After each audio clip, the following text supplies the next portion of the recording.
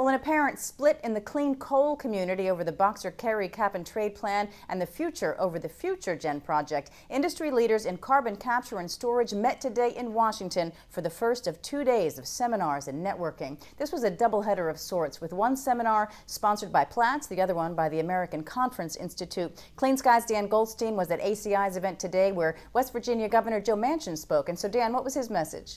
Well, basically, he said that partly his message was of reassurance about Obama's support for coal, even though many in his states, including the governor himself, have some doubts, and that includes Manchin himself. Now, Manchin spent a lot of time talking like a Republican, criticizing the cap-and-trade plan, at least on the House side, and certainly looking forward to what he saw was a better bill on the Senate side. Manchin, of course, is a third-generation Democrat, and he said Obama himself had done a good job, in his word, of villainizing the coal industry, and he was in Washington to make sure, basically, that the administration was with him.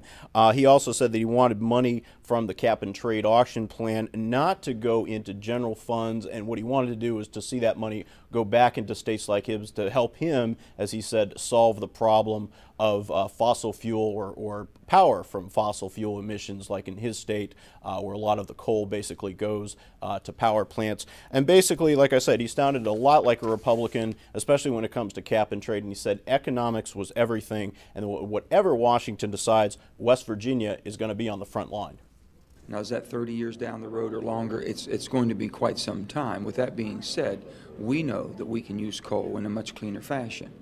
I'm just concerned about the balance. If we don't throw so much economic pain into the high cost or the charges that they might have for the CO2 emissions in the cap-and-trade bill, to where the economic pain to everybody in West Virginia and across this country, or let's say to at least 50% of the people in this nation who depend on coal for their energy, are we putting them in a disadvantage or an uncompromising or an uncompetitive atmosphere?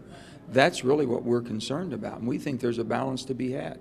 The more value we find for the CO2, the more we offset the cost.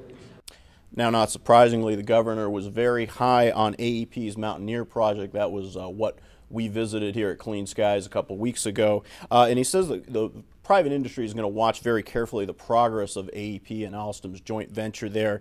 But as he looked at it, the industry is already voting with its feet and its wallet when it comes to the FutureGen project. You know, when you see the private sector willing to step up, they can accelerate that. They're willing to take the risk. They're willing to put their own capital in. Why should the federal government or the taxpayers take all the risk? I think would be the question being asked. And now with those companies pulling out that were a participant before, thinking, you know, we can probably get better success or better results by our timetable than we can working on a government's timetable. I can understand that, and I think it's time to really reconsider, can we not kind of purge, if you will, the federal government purge the private sector along much better than trying to do it by themselves.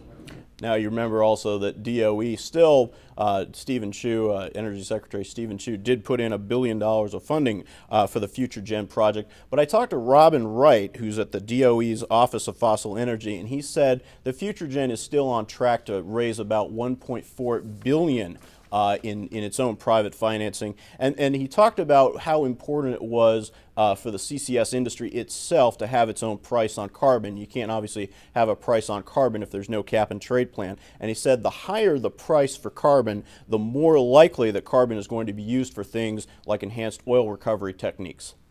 The price on carbon is important. It's purely an economic decision. In the oil industry now, it's used for enhanced oil recovery. But the question becomes, what would cause someone who ran a power plant that didn't have oil fields close by, what would cause them to do it? And if the price is too low, they may just buy the right to emit the CO2 as opposed to actually doing something.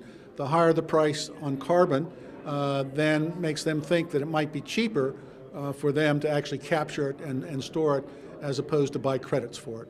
Now, I talked to both men about the $334 million that you recall from the AEP project, the $344 million that AEP is asking for from the federal government in the form of a loan. And Wright, as you can imagine, didn't say anything basically about the request except get your paperwork in, AEP. Manchin, on the other hand, said that money, of course, is going to be vital, and it's going to be good, in his words, in convincing the West Virginians in his state that the Obama administration is on board with plans for CCS. So, Dan, is Governor Manchin for the cap-and-trade bill, or is he against it? Well, that's a good question. He says he likes some things in the he likes some things in the House side, and he thinks some things certainly can be improved when it comes to the Senate. But in his view, he really looks at that no matter how you slice it, is the cap-and-trade is going to bring higher electricity prices. And he pointed out one thing in particular, that he had an aluminum smelter in his state that went out of business. 600 jobs went with it because the price of electricity went up by half a cent per kilowatt hour, and he said that job losses under cap and trade in certain areas of his state will be horrific. So a lot of work in his view needs to get done. Wow, absolutely. All right, Dan Goldstein, thank you.